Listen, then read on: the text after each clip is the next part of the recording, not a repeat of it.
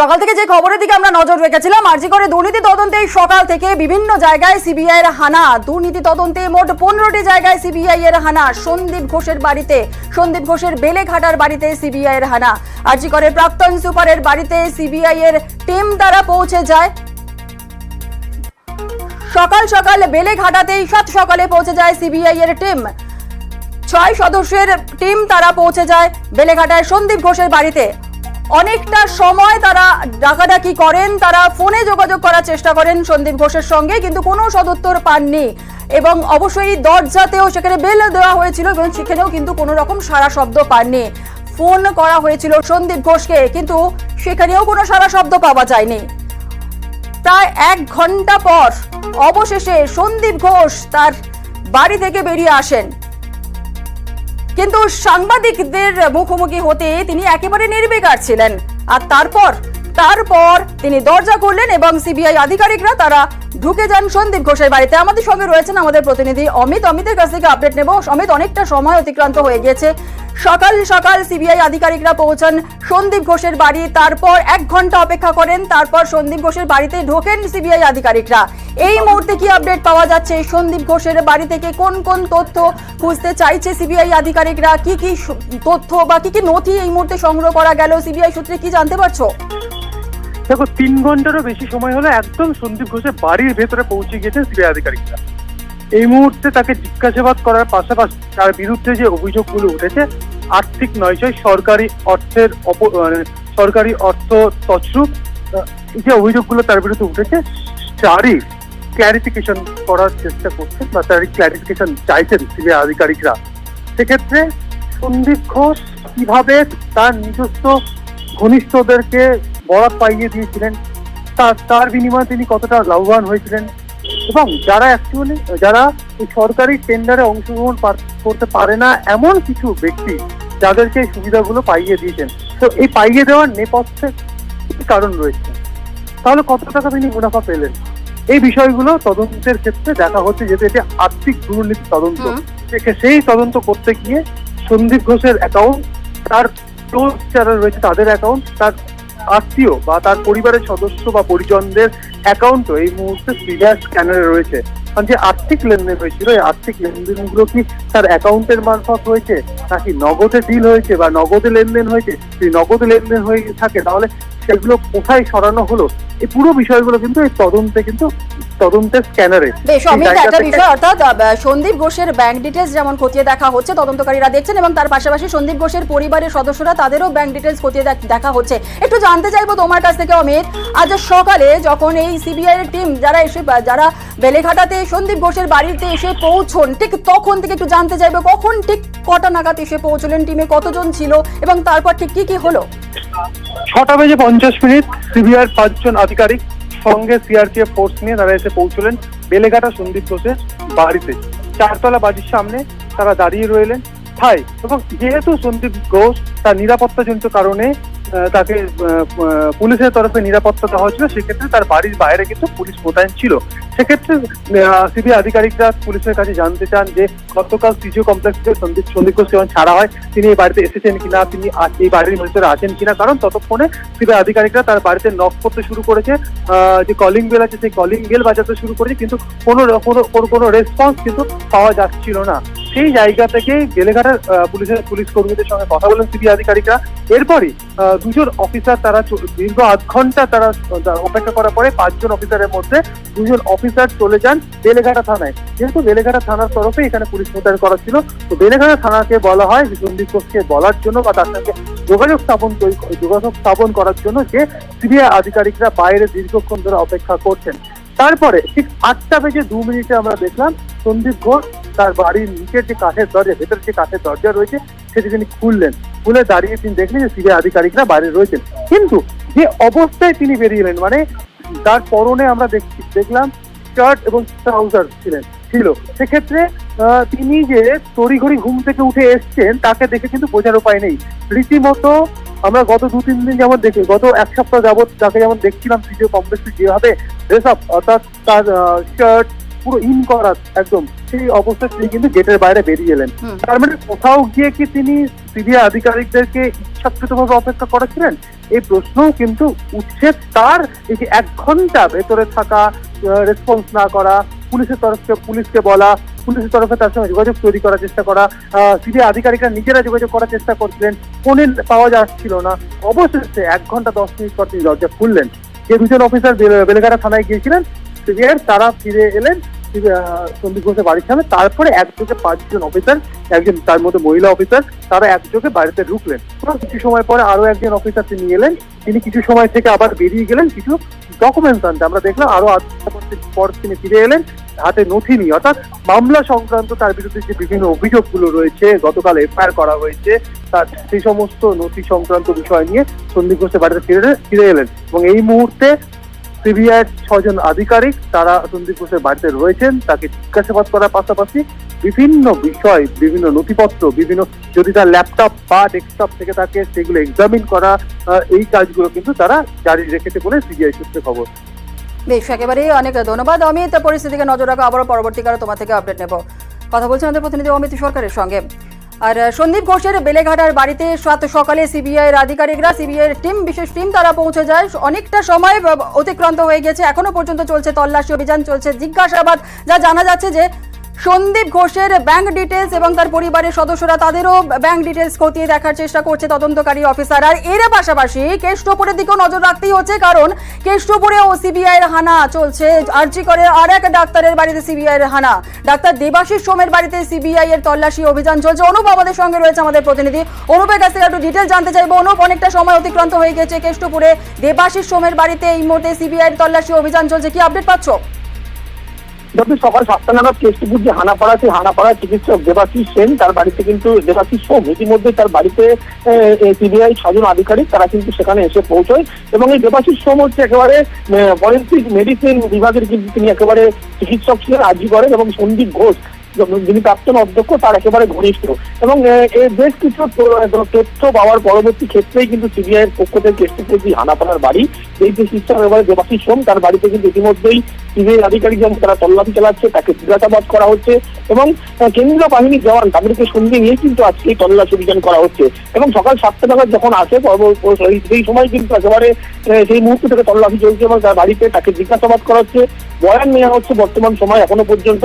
এবং সন্দীপ ঘোষের যে অত্যন্ত ঘনিষ্ঠ তিনি ছিলেন এবং বেশ কিছু লেনদেন সংক্রান্ত একাধিক তথ্য জানার জন্যই কিন্তু তাকে জিজ্ঞাসাবাদ করা হচ্ছে। এবং তার বাড়িতে ইতিমধ্যে বেশ কিছু নথি পাওয়ার জন্যই কিন্তু এই তল্লাশি অভিযান, এমনটাই সিবিআইয়ের পক্ষ থেকে স্পষ্ট করা হচ্ছে। এবং সন্দীপ ঘোষ যখন একেবারে অধ্যক্ষ ছিলেন সে সময় কিন্তু অত্যন্ত ঘনিষ্ঠ থেকে শুরু করে প্রত্যেকটি বিষয় কিন্তু তিনি হস্তক্ষেপ করতেন এই চিকিৎসক, এরকমও তথ্য মিলেছিল। এবং আজকে যে অভিযোগ করেছিলেন এই দেবাশিস সোম যে ফরেন্সিক মেডিসিন বিভাগের চিকিৎসক, তার নামেও কিন্তু সরাসরি একাধিক অভিযোগ করেছিলেন।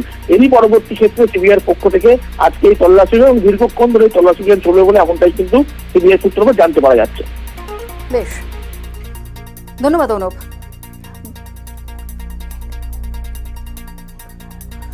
কেষ্টপুরে সিবিআইয়ের হানা, আরজি করে আরও এক ডাক্তারের বাড়িতে চলছে সিবিআই তল্লাশি অভিযান, ডাক্তার দেবাশিস সোমের বাড়িতে চলছে সিবিআই তল্লাশি অভিযান। আর এর পাশাপাশি একটু এন্টালির দিকেও নজর রাখতেই হচ্ছে, কারণ এন্টালিতেও চলছে সিবিআই তল্লাশি অভিযান। সঞ্জয় বশিষ্ঠের বাড়িতে সিবিআইয়ের আধিকারিকরা সকালে আরজি করে প্রাক্তন সুপার সঞ্জয় বশিষ্ঠের বাড়িতে সিবিআই এর টিম তারা পৌঁছে যায় এন্টালিতে। অনেকটা সময় অতিক্রান্ত হয়ে গেছে, এখনো চলছে তল্লাশি অভিযান। প্রাক্তন সুপারের বাড়িতে এন্টালিতে সঞ্জয় বশিষ্ঠের বাড়িতে চলছে সিবিআই এর হানা, সিবিআই এর জিজ্ঞাসাবাদ চলছে। একাধিক প্রশ্নের সম্মুখীন হয়েছেন এই মুহূর্তে সঞ্জয় বশিষ্ঠ, এমনটাই মনে করা হচ্ছে। একটু আপডেট নেব, আমাদের সঙ্গে অর্পিতা রয়েছে, অর্পিতার কাছ থেকে জেনে নেব। অর্পিতা, প্রাক্তন সুপারের বাড়িতে চলছে সিবিআই তল্লাশি অভিযান এবং কড়া নিরাপত্তা চাদরে মুড়ে ফেলা আছে তার বাড়ির সামনে। একটু জানতে চাইবো যে এই মুহূর্তে কি আপডেট পাচ্ছ, কি দেখা যাচ্ছে এই মুহূর্তে? দেখো, 3.5 ঘন্টা সময় প্রায় অতিক্রান্ত। আরজি করে যে টেন্ডার দুর্নীতি নিয়ে সন্দীপ ঘোষের বিরুদ্ধে যে মামলা হয়েছিল, সেই মামলার তদন্তভার হাইকোর্টের নির্দেশে যায় সম্পূর্ণভাবে সিবিআই এর হাতে। গতকাল তার নথি সম্পূর্ণভাবে হস্তান্তরিত হয়েছে এবং তারপরেই এফআইআর করা হয়। নতুন এফআইআর করার পরেই আজকে সকাল থেকে আমরা দেখেছি যে সিবিআই একেবারে অ্যাকশন মোডে রয়েছে।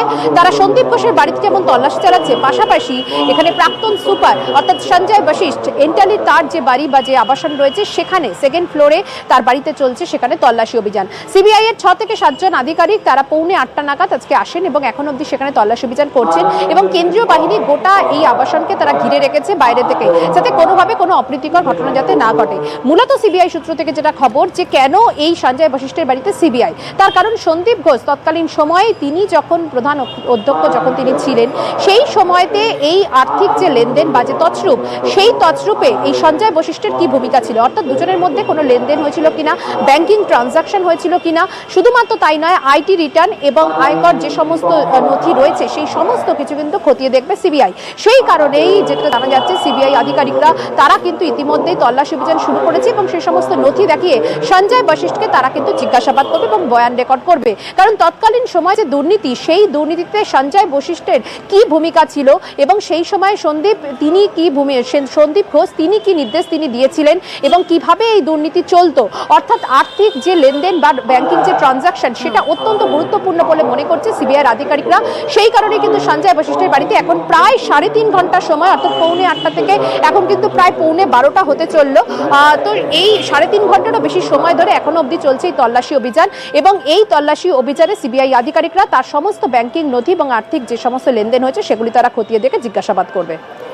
একেবারেই প্রায় 3.5 ঘন্টা অতিক্রান্ত হয়ে গেছে অর্পিতা, তল্লাশি অভিযান চলছে। আবারও পরবর্তীকালে তোমার থেকে আপডেট নেব। এন্টালিতে সঞ্জয় বশিষ্ঠের বাড়িতে সিবিআই তল্লাশি অভিযান চলছে। আর আরজি করের প্রাক্তন সুপার আখতার আলী, যার ভিত্তিতেই এই অভিযান প্রক্রিয়া চলছে, যিনি অভিযোগ করেছিলেন, দুর্নীতির অভিযোগ করেছিলেন, এই আখতার আলী তিনি কি বলেছিলেন শোনাবো একবার।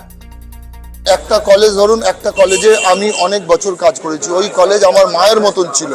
আপনার মাকে যদি কেউ শর্মসার করে, যে দাগ লাগায়, তাকে আপনি ছাড়বেন? ছাড়বো না।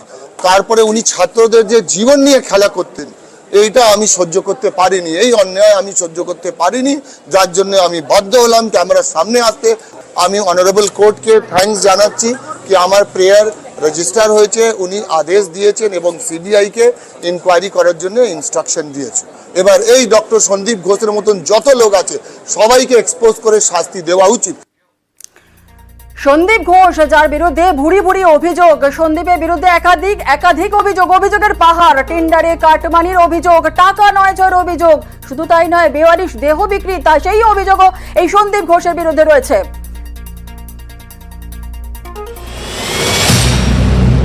নানা অভিযোগ, নানা দোষ, নিশানায় সন্দীপ ঘোষ।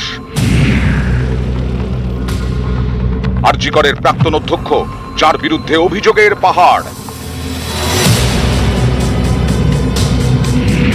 টাকা নয় ছয়, বেওয়ারিশ দেহ বিক্রি, মেডিকেল বর্জ্য পাচার, পাশ করাতে টাকা, টেন্ডারে কাটমানি, টেন্ডারে স্বজন পোষণ। অভিযোগের তালিকা দীর্ঘ। অভিযোগ, এই সন্দীপ ঘোষের জমানাতেই আরজি করে আসা বেওয়ারিশ দেহ ল্যাবরেটরিতে বিক্রি করে দেওয়া হয়েছে। এই চাঞ্চল্যকর দাবি করেছেন আরজি করেরই প্রাক্তন deputy super. Dead body scam আছে, উনি ডেড বডিগুলো ওয়ার্কশপের জন্য দিয়ে দিতেন, বিক্রি করে দিতেন। আনক্লেম বডি, পিএম বডি, এটা নিয়ে কমপ্লেন হয়েছিল, ন্যাশনাল হিউম্যান রাইট কমিশন থেকে তদন্ত করেছিল। অভিযোগ, টাকা নিয়ে ডাক্তারি পড়ুয়াদের পাশ করাতেন সন্দীপ। পোস্ট গ্রাজুয়েশনের ক্ষেত্রে রেট 8 থেকে 10 লক্ষ টাকা, আন্ডার গ্রাজুয়েটের ক্ষেত্রে রেট 4 থেকে 5 লক্ষ টাকা। ইচ্ছে করে করানো হতো, এরকম অনেক ছেলে আছে যাদের ফেল করিয়ে পাস করানো হয়নি। ইন্টার্নশিপ কমপ্লিশন খোঁজ করুন, অনেক ছেলে আছে যাদের ক্যারিয়ার উনি নষ্ট করে দিচ্ছিলেন। এরকম বহু অভিযোগ ওনার বিরুদ্ধে আছে। প্রত্যেকটা ইয়ারে একটা করে ফাইনাল পরীক্ষা হয়, সেই ফাইনাল পরীক্ষাতে তার প্রিয় পাত্রদের বেশি নাম্বার পাইয়ে দেওয়া এবং যারা প্রতিবাদ করতো বিভিন্ন ইস্যুতে তার বিরুদ্ধে, তার যত দুর্নীতি আছে সেই দুর্নীতির বিরুদ্ধে তাদেরকে ফেল করিয়ে দেওয়া এবং একজনকে একাধিকবার ফেল করিয়ে দেওয়া, এই অভিযোগ বহু ছাত্ররা বহুবার করেছে এবং সামনাসামনি করেছে।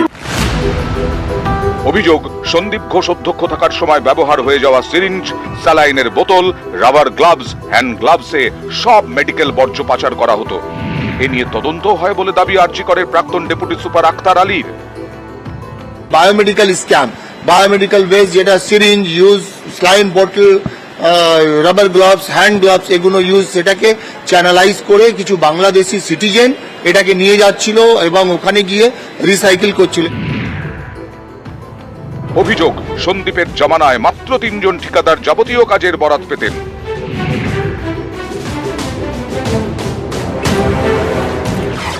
অভিযোগ এই স্বজন পোষণে সন্দীপের পকেট ভরত। এ অভিযোগ প্রতি টেন্ডার থেকে 20% পর্যন্ত কমিশন দাবি করত সন্দীপের টিম।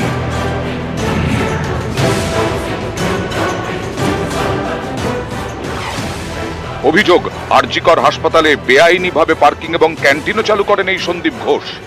আন্ডার গ্র্যাজুয়েটদের কাউন্সেলিং এর খরচেও টাকা 9-6 অভিযোগ উঠেছে।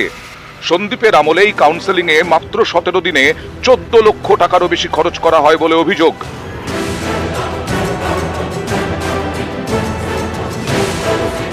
এক কথায় আরজিকরের প্রাক্তন অধ্যক্ষের বিরুদ্ধে অভিযোগের পাহাড়।